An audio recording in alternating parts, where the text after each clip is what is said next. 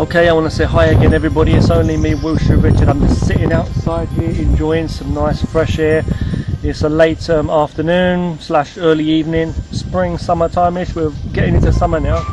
Say South China, Hainan. I want to say a big hi to everybody. Hello and thank you for the support always. Okay, all my bros, you know who you are. Anyone who's subscribing to my channel, yeah, you. Thank you very much for subscribing. Thank you for watching. And commenting. You know, thank you for the comments you leave, everybody. It means so much, it really does. Everyone, because I don't have many subscribers anyway, so you know who you are, right? Thank you for the support. Okay, basically I'm outside, I'm just enjoying the fresh air. I'm getting ready. I can see there's a few people around enjoying the air, you know, sitting around outside, people going for walks and stuff. It's good to see people out enjoying the nature and the fresh air too, because you can't sit around at a computer all day, all the damn time. You need to get out, enjoy the real world, you know, do some exercise, and then go home and do all that. Anyway, there's a few people, there's a couple of people playing some badminton over there. I can see a couple of people. Anyway, I'm going to be going very soon, in the next half an hour, 40 minutes-ish. I will be going over the back of the college over there, where I'm teaching. And as I say, tonight is one of those nights where I'm teaching some of my martial arts to some new students, okay, of my Wing Chun. Teach them humbly, just my bit, you know. I'm not one of the best martial artists out there, but I do teach my bit the best I can, you know. Teaching some Wing Chun to say. I do like to teach people about Wushu form, the basic Wushu form that we have, long fist, Chun play as well. I believe it's good for your health, you know, fitness, so I do that as well. Some students, you know, get an extra exercise and focus on mind and body and power and mind and everything, you know. Wing Chun, as I say, Wing Chun is such a simple art, like, I mean, it's just deep, don't get me wrong, it's really deep, but it's like simplified, the movements, excuse me, the movements are simplified and they're very direct and very good for self-defense. I'm very sorry about my phone there tipping over, it's because of the wind, okay guys, but I've got you balanced here on these bars. Okay.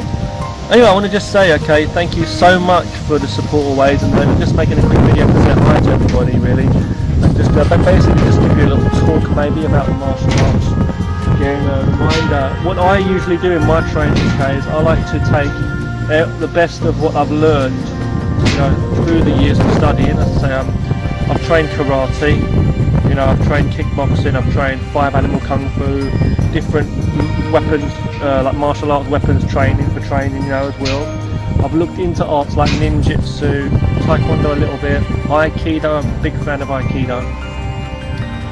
Even just basic boxing, you know, I've looked into that, looked into Muay Thai. But yeah, I love all the martial arts, you know. I've done some basic training in Tai Chi, okay, Yang style, this is Yang Shi Tai Chi Chuan, okay, Bagua, okay, Bagua, okay, 8 diagrams palm, basically, long fist, okay, let's say Chun Chuan, long fist Wushu, Wing Chun or Wing Chun, Yong Chun, different pronunciations of it, which is the main art I like to focus on mainly now. Now, when it comes to the animal styles, okay, I've done 5 animal kung fu, as I say, and this phone's tipping over again, sorry, but I was saying, I find the white crane, the white crane fist to be a very, very useful art, okay, and I'm very sorry about the noise here, the banging metal. What you're balanced on is this, by the way, you're balanced on this, it's real out here in the field, yo, yeah. I'm just saying, you know, the white crane fist, okay, is a very, very effective art. I mean, that was one of the arts I really took to when I was learning the 5 animal kung fu, because the southern Shaolin style, like my teacher back in the day, when I was learning back in England many years ago, it was a good school. There was a lot of different conditioning training we did in there that was really good too, and basic qigong and basic philosophy and talking about the martial arts. But the training though, the animal styles we looked at really were mostly tiger and crane, and I like both. The crane was really good, and I used to take elements of that softness but the strong structure and use the blocking hand, which like resembled the wings of the bird most of the time, and the balance and stuff, and I used to take that in and work that into my kickboxing. When I was doing kickboxing around the same time when I first started doing the 5 animal kung fu, and I started to use the white crane fist blocking methods to actually the block against the officer's hands. Now, it was hard when I was wearing the gloves and stuff, but this is something, you know, that's where I really learned like the use of a kung fu style of blocking, how it really would work. Anyway, there's a lot of similarities, you know. Let's say you'll find crane methods in a lot of different arts, be it Tai Chi schools, Tai Chi styles, Bagua, many karate systems. In the old days, there was lots of different styles of crane as well. And you know, the crane is a real deep art in itself. And even in Wing Chun, which is basically, a lot of people have said in history that Wing Chun is basically based off of the snake and the crane movements, or the crane and the snake, whatever. And there's actually styles of school, like Wing Chun schools, where it actually emphasises more of the crane. But to me, I think Wing Chun's a really, really great art. It really, really is. But you know, I'm just saying, simplified blocking methods of the crane. I understand certain methods, and I find it a very, very useful art. And it really does work well. I mean, I've looked into mantis, and the southern mantis, I think is really, really more towards that as well, as opposed to like the northern one, so to say.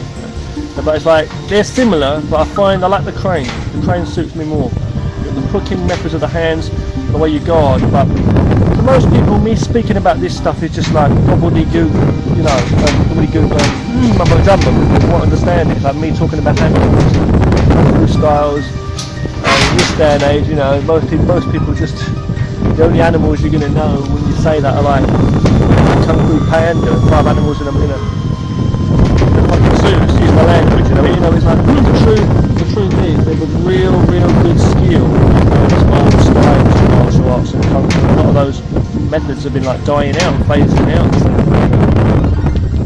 out, I should say.